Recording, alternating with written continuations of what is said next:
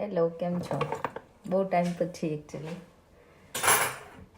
હમણાંથી બ્લોગ બનાવવાનો ટાઈમ નથી રહેતો. બધો કંઈક ને કંઈક બિઝી શેડ્યુલ ચાલતું હોય છે અને ખરેખર બિઝી છીએ એવું લાગે છે.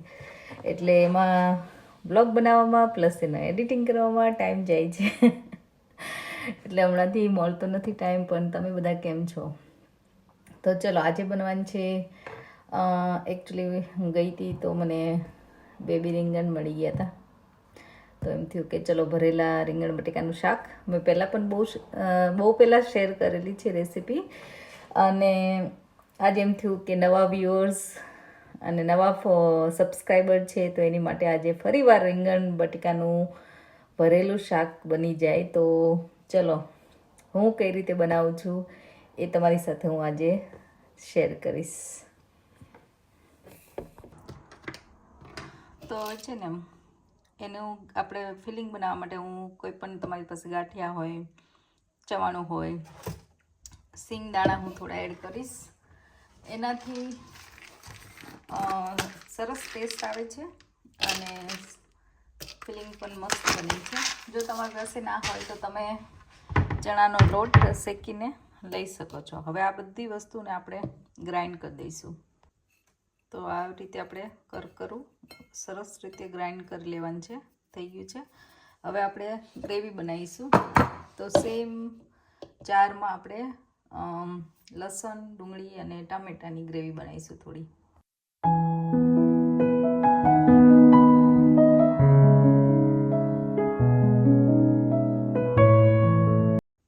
તો આ ગ્રેવી થઈ ગઈ છે રેડી. આપણું જે ચવાણ અને એનું મિક્સચર કર્યું હતું એમાં આપણે થોડા મસાલા પણ કરીશું. અને હું શું એડ કરું છું, તો મને છે ને થોડી આમાં કસૂરી મેથી નાખવી ગમે છે. એટલે હું થોડી કસૂરી મેથી નાખું. એનો ટેસ્ટ ખરેખર સરસ આવે છે. થોડું સોલ્ટ એડ કરીશું, બહુ નહીં, કેમ કે ચવાણામાં એમાં સોલ્ટ હોય જ એટલે. અને પછી તમને ઓછું લાગે તો તમે એડ કરી શકો છો. ધાણા જીરું પાવડર થોડો વધારે લેવાનો, થોડી હળદર અને લાલ મરચું. તો મેં લસણ ગ્રેવીમાં એડ કરી દીધું છે, એટલે આપણે હવે લસણ એડ કરવાની જરૂર નથી આમાં. અથવા તો તમે આમાંય કરી શકો. થોડું આપણે તેલ એડ કરીશું. થોડી આપણે કોથમીર કાપીને એડ કરીશું. તો આ રીતે આપણે કોથમીર એડ કરી હવે બધું સરસ રીતે આપણે મિક્સ કરી લઈશું. આમાં જો તમને લેમન જ્યુસ, થોડી ખાંડ એવી રીતે એડ કરવું હોય તો પણ કરી શકો. હું એડ નથી કરતી કેમ કે ચવાણામાં થોડો ખાટો મીઠો ટેસ્ટ હોય જ છે. એટલે તમારે એક્સ્ટ્રા કંઈ એડ કરવાની જરૂર નથી પડતી. પણ તમને જો ટેસ્ટ વધારે એવો ખાટો મીઠો ભાવતો હોય તો તમે ઓફકોર્સ થોડું એમાં એડ કરી શકો છો, લેમન જ્યુસ અને થોડી ખાંડ. એ આપણા ગુજરાતીને એ ટેસ્ટ વધારે ભાવતો હોય છે એટલા માટે. તો એ તમારા ટેસ્ટ પ્રમાણે તમે એડજસ્ટ કરી શકો છો. તો આ થઈ ગયું છે આપણું ફિલિંગ રેડી. અને હવે આવી રીતે મેં રીંગણ કાપી લીધા છે, એટલે એમાં આપણે ફિલિંગ ભરીશું. અને આ ફિલિંગ તમે છે ને ગમે તે શાક ભરેલું બનાવવામાં યુઝ કરી શકો છો. ભીંડા, કારેલા કે રીંગણ. અને આવું ખરેખર ટેસ્ટી લાગે છે. તમે જો આ રીતે ચવાણું યુઝ કરીને કોઈ દિવસ ના બનાવ્યું હોય તો બનાવજો એકવાર. ખરેખર ટેસ્ટી બને છે અને ક્વિક પણ બની જાય છે. તો હવે આપણે આ રીતે બધા જ રીંગણ ભરી લઈશું અને બટેટાના હું પીસ કરી દઈશ.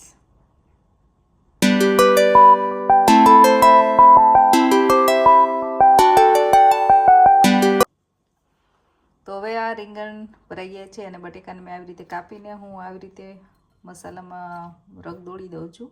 એ રીતે વધારે ગમે છે. અને આ બધી મસાલો વધારાનો છે એ પણ આપણે વઘાર કરીશું, એટલે એમાં જ એડ કરીશું. એટલે ગ્રેવીમાં પણ સરસ એનો ટેસ્ટ આવે. તો ચલો હવે આપણે કરીશું વઘાર. તો આ શાક મને કુકરમાં બનાવવું ગમે છે એટલે મેં કુકર મૂકી દીધું છે. આ બાજુ થોડું તેલ, તમને જેટલું સારું લાગે એટલું, કેમ કે ઘણાને ઓછું ભાવતું હોય, ઘણાને વધારે, પણ મારા તે શાકમાં બહુ તેલ હોય નહીં એટલે તમને ઓછું લાગે તો તમારે વધારે એડ કરી શકો છો. રાઈથી આપણે વઘાર કરીશું. થોડું રાઈ, તમે રાઈ ના નાખવી તો એ અવોઈડ કરી શકો છો, પણ મને રાઈ ને જીરું બે ગમે છે એટલે રાઈ જીરું બે આપણે એડ કરીશું અને એને કકડવા દઈશું થોડી વાર. તો હવે રાઈ કકડવા માંડી છે, આપણે થોડી હિંગ એડ કરીશું અને જે ગ્રેવી બનાવી હતી એ ગ્રેવી એડ કરીશું.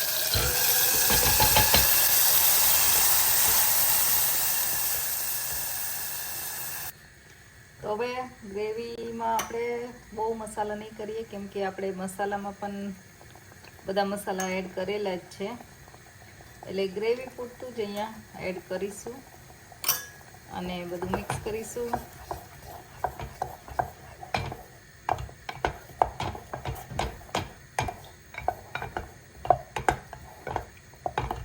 થોડી વાર ઉકળવા દઈશું. તો હવે આપણે રીંગણ ને બધું ભરેલું છે એડ કરી દઈશું સરસ રીતે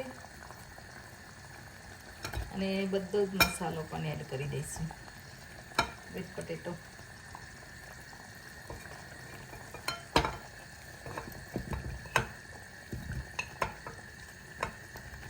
આ મસાલાથી છે ને સરસ ગ્રેવી અને થીક બનશે અને ટેસ્ટ પણ સરસ આવશે. તો હું આ શાક કુકરમાં જ બનાવું છું. તમે ઓફકોર્સ પેનમાં પણ બનાવી શકો છો, કેમ કે ઇઝી રહે છે કુકરમાં અને જલ્દીથી પણ બની જાય છે અને સરસ રીતે બને છે. તો હવે આપણે આમાં થોડું પાણી એડ કરીશું, કેમ કે થોડું ચડવા માટે આપણે પાણી જોઈશે એટલે થોડું પાણી એડ કરીશું.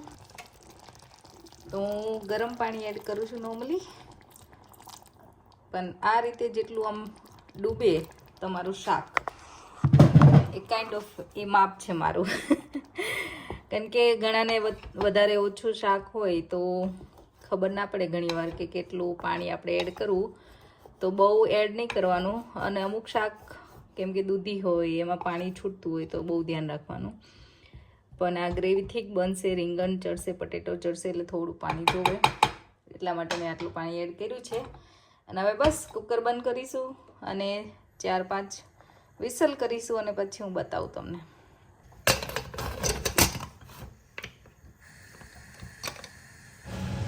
તો આ રીતે શાક થઈ ગયું છે મસ્ત રેડી.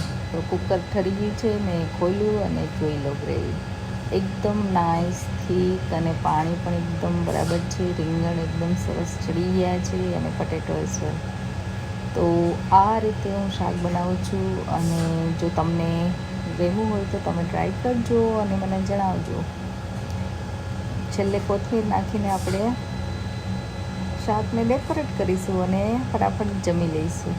તો તમે મને જણાવજો કમેન્ટમાં તમને કેવું લાગ્યું આ શાક અને તમે આ રીતે બનાવો છો કે નહીં એ પણ જણાવજો. ચલો ડિનર ટાઈમ આવી ગયા, બેસી ગયા. સ્નેહુના લાસ્ટ ડે હતો સ્કૂલમાં. બહુ મજા કરીને આવ્યો ને? 12 વાગે આવવાને બદલે 5 વાગે આવ્યો. બોલો શું જમવાનું છે? હાલો. રોટલી અને બટેટા રીંગણનું શાક.